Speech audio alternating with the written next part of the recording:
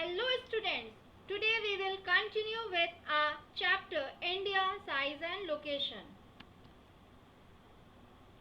Now, before we start, let's revise what we have learned till now. We saw that India is the 7th largest country in the world and it lies in the northern hemisphere and eastern hemisphere. We also saw that since the earth takes 4 minutes to go from one to another longitude, there is a time lag of 2 hours between the extreme eastern and western states of India. So, Indian Standard Meridian had been selected for Indian Standard Time. Children, you must memorize the longitude and latitude extent of India. Now, let's begin with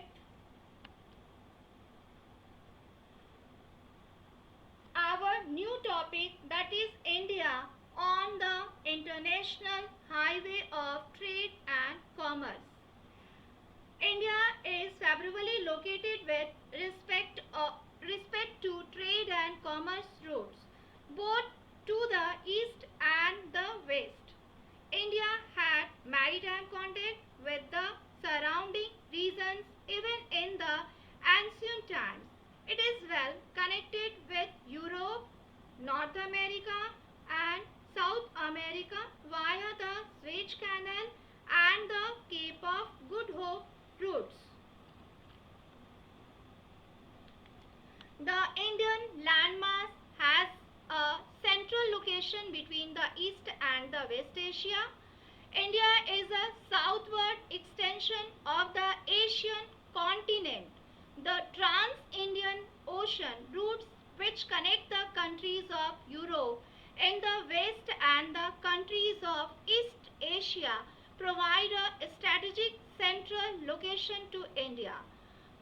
Note that the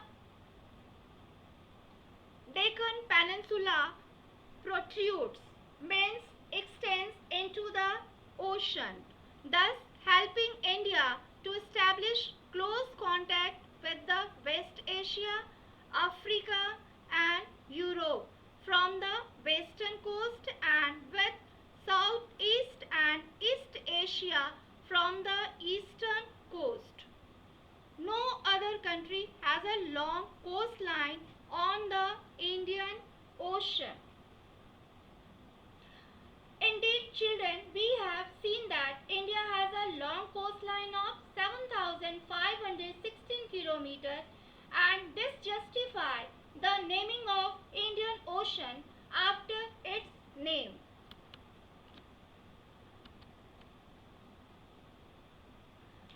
India's contact with the world have continued through the ages, but her relationships through the land routes are much older than her maritime contacts.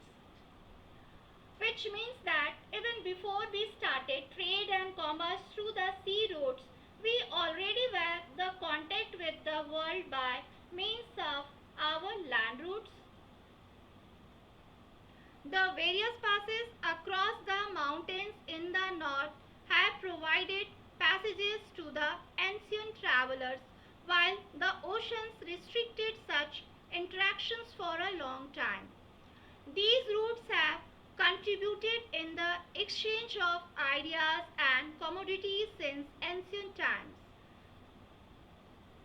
The ideas of the Upanishad and the Ramayana, the stories of Panchatantra, the Indian numerals and the decimal system thus could reach many parts of the world.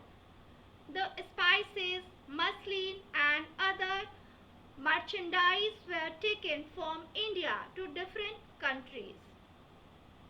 On the other hand, the influence of Greek sculpture and the architectural style of domes and minarets from West Asia can be seen in different parts of our country. children, you all are very well aware of our neighboring countries. Let's see. China, Pakistan, Afghanistan, Nepal, Bhutan, Bangladesh, Myanmar, Maldives and Sri Lanka.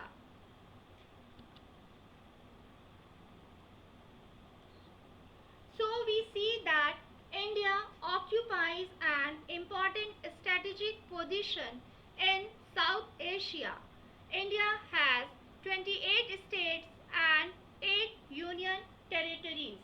Previously we had 29 states, but now Jammu and Kashmir has been splitted into 2 union territories, that is Jammu and Kashmir and Ladakh. Also, the union territories of Daman and Diu and Dadra and Nagar Haveli have been merged into a single union territories. Anyways, let's proceed. India shares its land boundaries with Pakistan and Afghanistan in the northwest, China, Nepal and Bhutan in the north, Myanmar and Bangladesh in the east. Our southern neighbors across the sea consist of the 2 island countries. First one is Sri Lanka, which is separated from India by a narrow channel of sea formed by Pak Strait and the Gulf of Mannar. And the second one is Maldives, which are situated to the south of Lakshadweep island. That's all today.